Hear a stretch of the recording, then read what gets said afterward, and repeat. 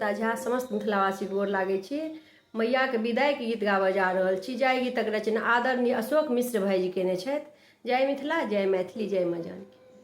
जखन आहि आएला जय तारा के दिनमा विदाई के दिनमा जिया लागल धरा काए मोर किछु ने बुझलियै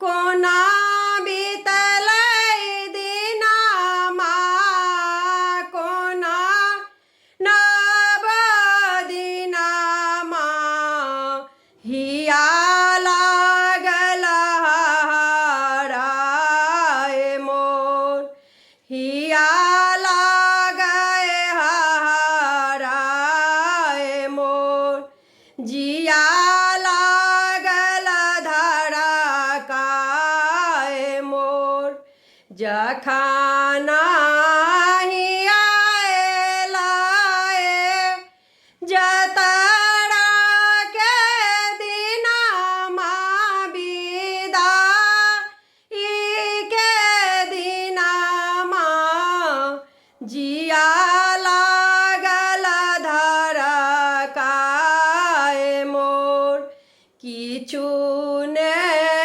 बुझलियै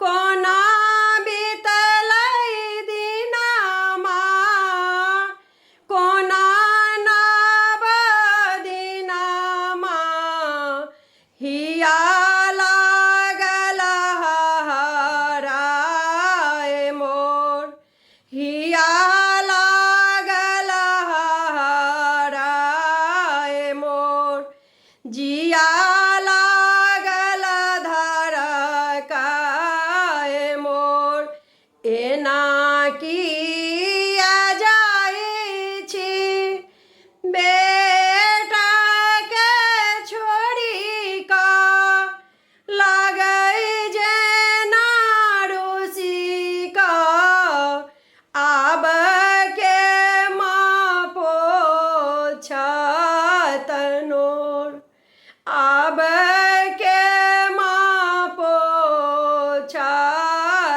नोर हिया लागल हराई मोर नवो दिन ध्यान अहाँके धेलहुँ दर्शन माँ केलहुँ नयना सँ झराए नो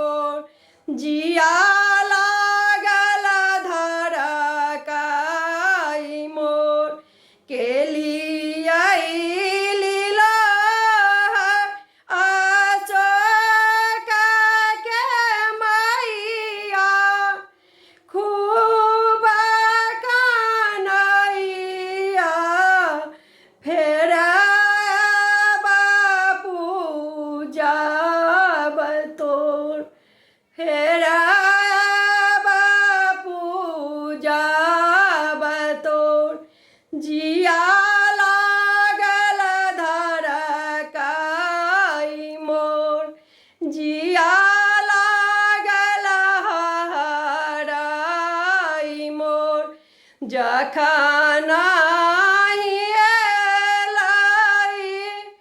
जतरा के दिनमा विदाई के दिनमा जिया लागल धर काई मोर जिया लागल हराई मोर जिया लागल धर काई मोर। धन्यवाद।